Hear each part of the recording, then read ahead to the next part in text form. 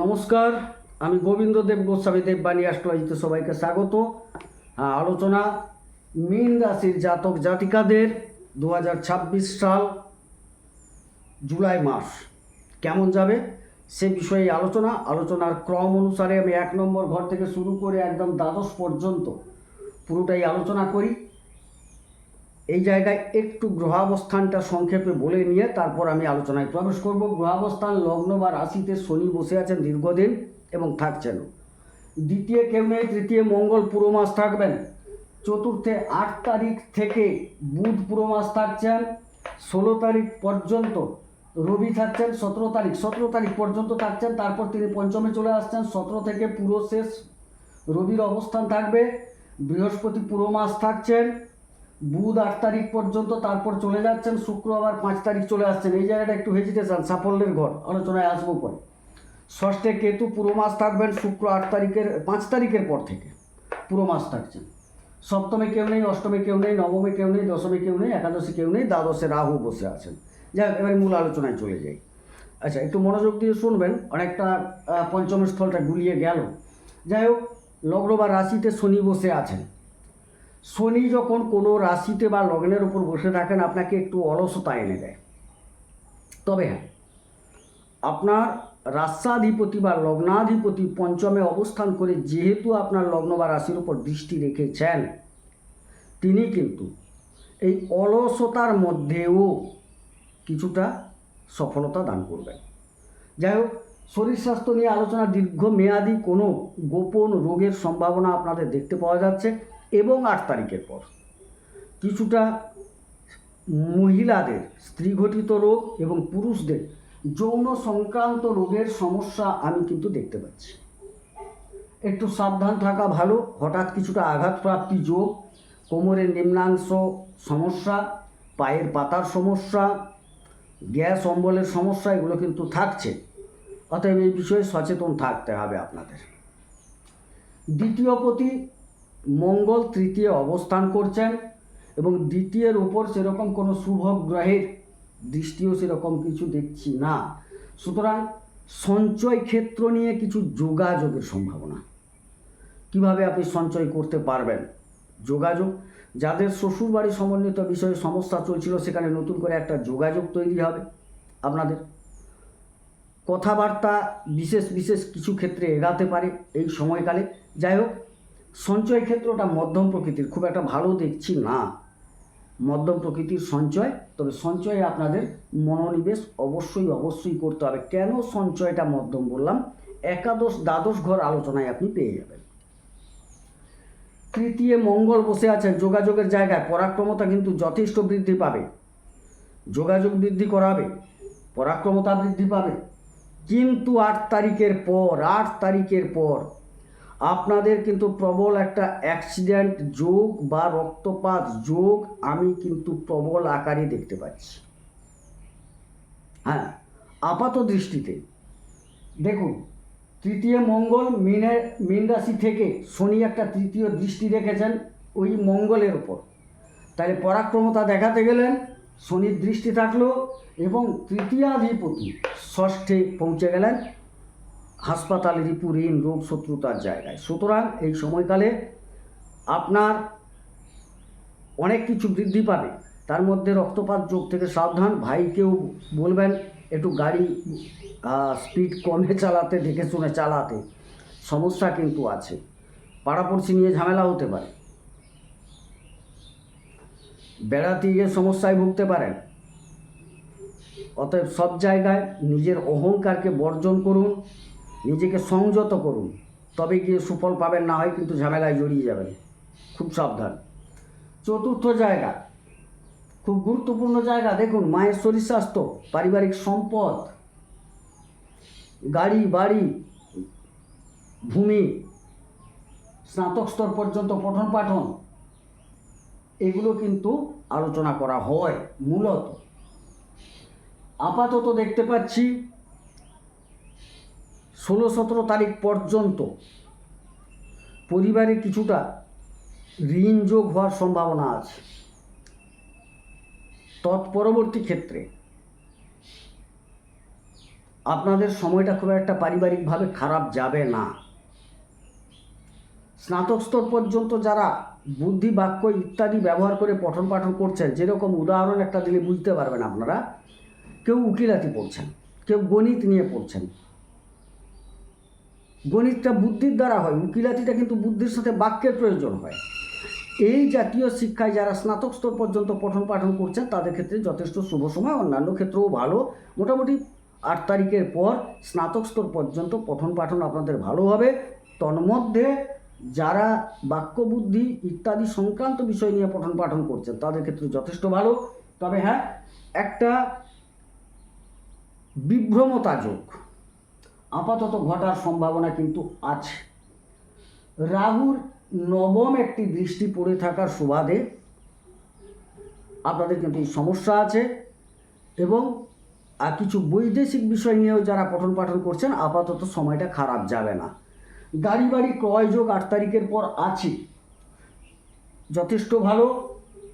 8 তারিখের পর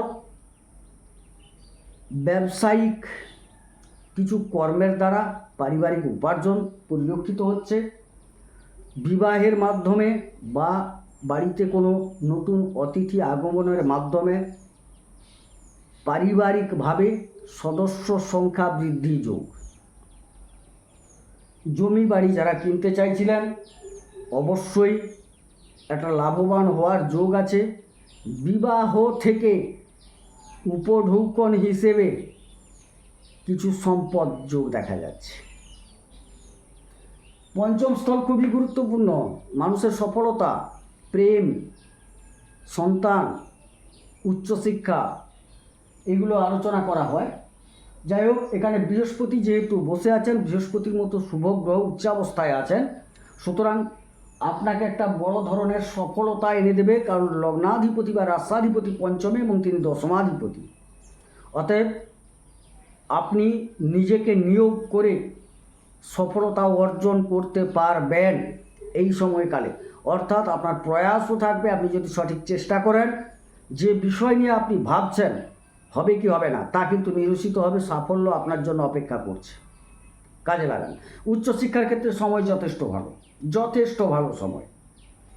এবং এই সময়কালকে যদি কাজে লাগাতে পারেন আপনি দেখবেন আপনি অন্য মাত্রায় পৌঁছে গেছেন। সন্তান গ্রহণ করুন, সন্তান প্রাপ্তি যোগ, সন্তানে লাভবান হবেন। এই সময়কাল আপনাকে সহযোগিতা করবে। সার্বিক আকারে মীন রাশির কিন্তু এই পঞ্চমে বৃহস্পতি খুব খুব আপনাকে সফলতা দিয়ে যাবে, কাজে লাগাতে হবে আপনাকে। ষষ্ঠে দীর্ঘদিন কেতু বসে আছেন, শুক্র 8 তারিখ চলে আসছেন, 5 তারিখ আসছেন, 8 তারিখ থেকে অ্যাক্টিভ হচ্ছেন। এসে পৌঁছে তো অ্যাক্টিভ হয়ে যাবেন না, কিছুটা সময় লাগে। যাই হোক, 5 তারিখে প্রবেশ করে যাচ্ছেন, পরপর ধীরে ধীরে ফলদান করতে করতে 8 তারিখ বা 7 তারিখ থেকে ফলদান করে যাবেন। এই জায়গায় আপনাদের আগেও বলেছিলাম যে কিছুটা দীর্ঘমেয়াদী ঋণ চলছে আপনাদের, দীর্ঘমেয়াদী শত্রুতা চলছে, দীর্ঘমেয়াদী রোগ চলছে। সেইখানে আরও একটি পালক সংযোজিত হলো। এই যে আগে বলছিলাম না, পরাক্রম দেখাতে গিয়ে রক্তপাত যোগ, অ্যাক্সিডেন্ট, কিছু ঝামেলায় জড়িয়ে যাওয়া, সেখান থেকেও ঋণের সম্ভাবনা আমি দেখতে পাচ্ছি। সামাজিক ঝামেলায় জড়িয়ে যাওয়ার যোগ আছে। দীর্ঘমেয়াদী রোগ থাকছে, থাকবে। স্ত্রী রোগ বাড়তে পারে, পুরুষদের যৌন সংক্রান্ত রোগ দেখা দেওয়ার সম্ভাবনা আছে। শত্রুতা বৃদ্ধি যোগ, পাড়াপড়শির সাথে কিছুটা শত্রুতা হওয়ার সম্ভাবনাও দেখতে পাওয়া যাচ্ছে। সুতরাং বিষয়গুলোতে আপনাকে কিন্তু অতীব সচেতন হতে হবে, অতীব সচেতন হতে হবে। প্রেম ঘটিত ঝামেলা হওয়ার সম্ভাবনা আছে।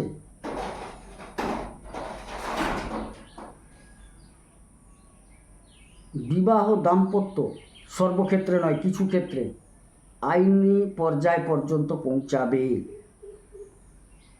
সাবধান থাকুন। তবে হ্যাঁ, কিছু ক্ষেত্রে সফলতা, পরাক্রমতা আপনি দেখাতে পারবেন এবং সেটা উপরে মানুষ বুঝতে পারবে না। আপনার ভেতরে ভেতরে এমন কিছু ক্রিয়াকর্ম থাকছে যেটা এক সময় আপনাকে সফলতা এনে দেবে, কাজে লাগান। আর যাদের হবে না তারা অবশ্যই নাম্বার দেওয়া আছে, মনে হয় দেখতে পাচ্ছেন কি পাচ্ছেন না জানি না, যাই হোক 9609078231 8972451464 এই নাম্বারে যোগাযোগ করবেন। দক্ষিণা দিতে হবে, অবশ্যই আপনাকে বুঝিয়ে বলে দেবো কি করা উচিত কোনটা করা উচিত নয়।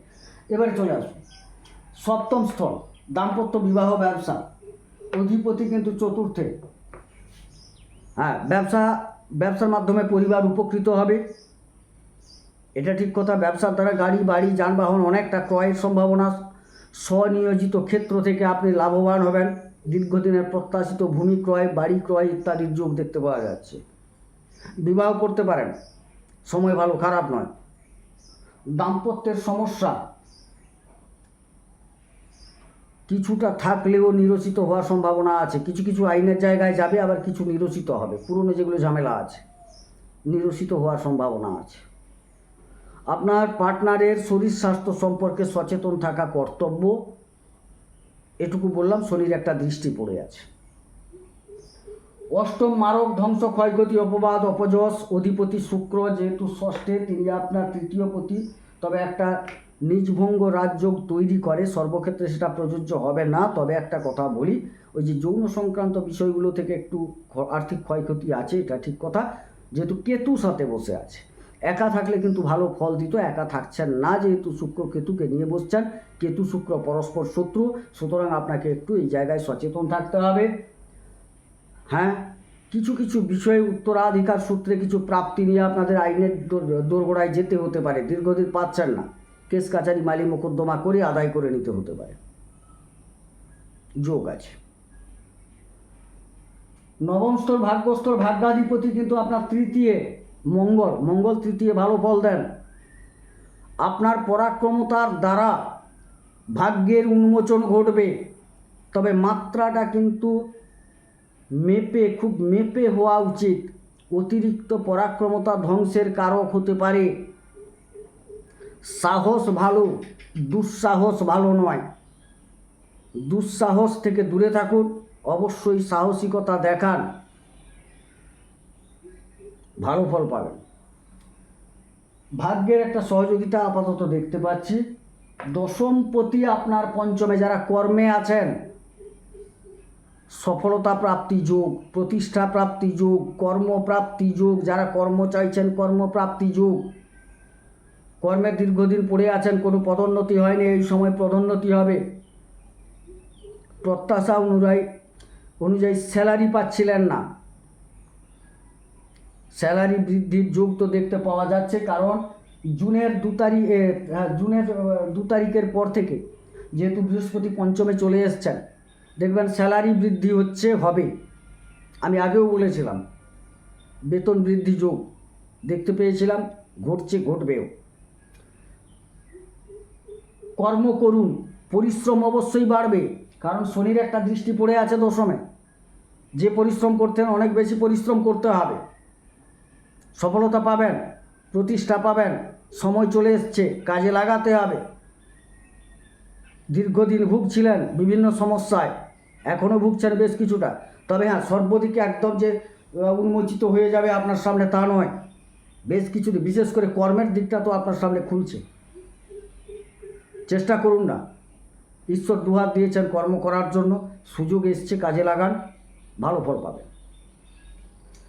একাদশপতি লগ্ন বা রাশিতে, উপার্জন আপনার হবে, উপার্জন আপনার কাছে যাবে, উপার্জন বৃদ্ধি হবে, সব কিছুই উপার্জন আপনি করবেন, এটা ঠিক কথা। কিন্তু দেখুন, দ্বাদশপতি তিনিও রাশিতে যাওয়ার সুবাদে যেরকম উপার্জন করবেন সেরকম ব্যয়ও আপনার কাছে যাবে। যার জন্য আমি প্রথমে বলে গেছিলাম যে সঞ্চয় কিন্তু খুব একটা ভালো দেখছি না, মধ্যম প্রকৃতির। উপার্জন করলেন, ব্যয়ও হয়ে যাচ্ছে, তাহলে সঞ্চয়টা কতটা হলো না?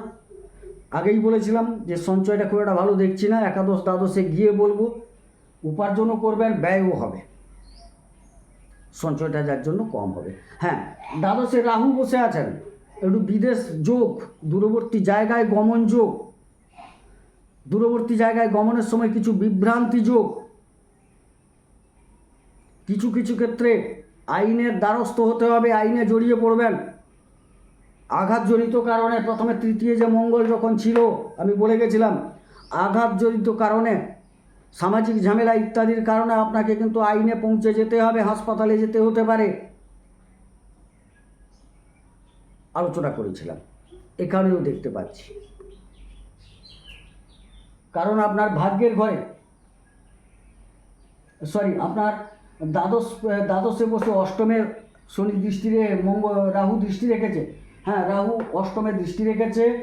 এদিকে আবার আপনার ষষ্ঠে, তারপর আপনার চতুর্থে, আপনার লগ্ন বা রাশিতে দৃষ্টিগুলো রেখেছে। এই দৃষ্টিগুলো, রাহুর দৃষ্টিটা খুব একটা ভালো নয়, দ্বাদশে বসে দৃষ্টি দিচ্ছে, তো সাবধান থাকুন, মেপে কাজ করুন, সর্বক্ষেত্রে উন্নতি প্রত্যাশা করবেন না। যেগুলো বললাম ভালো জায়গা ভালো ফল ঘটবে, যেগুলো খারাপ জায়গা বললাম দেখবেন মিলিয়ে নেবেন, কিঞ্চিত হলেও খারাপ ঘটবে। আর বাকি আপনার লগ্ন কুণ্ডলী বলবে।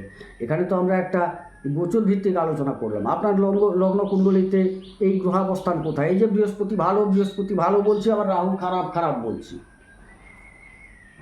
রাহু এতটা খারাপ নাও হতে পারে, আপনার কুণ্ডলীতে রাহু ভালো জায়গায় আছে। আবার বৃহস্পতিকে ভালো বলছি, উচ্চাবস্থা আপনাকে খুব ভালো ফল দেবেন না, আপনার কুণ্ডলীতে বৃহস্পতি খুব খারাপ জায়গায় আছে, ততটা ভালো ফল পাচ্ছেন না, বাস্তব এটাই। এর জন্য আপনাদের কিন্তু কুণ্ডলী বিচার করা প্রয়োজন। কোনো জ্যোতিষের কাছে গিয়ে বর্তমান সময় নিয়ে বিচার করিয়ে নেন। আর যারা আমাকে দিয়ে বিচার করাতে চাইছেন, আমি তো নাম্বার বলেই দিলাম, 9609078231, আবার 8972451464 নাম্বারে যোগাযোগ করুন। দক্ষিণা দিয়ে দেখাতে হবে, যথেষ্ট সময় দিয়ে বিচার করে আপনাকে বুঝিয়ে বলে দেবো। তাতে আপনার ভালো লাগবে, গ্রহণ করবেন, খারাপ লাগবে বর্জন করবেন। যাই হোক, আলোচনা ভালো লাগলে চ্যানেলটিকে সাবস্ক্রাইব করুন। সবাই সুস্থ থাকুন, সুন্দর থাকুন, ঈশ্বর সকলের মঙ্গল করুন। মঙ্গল হোক। নমস্কার।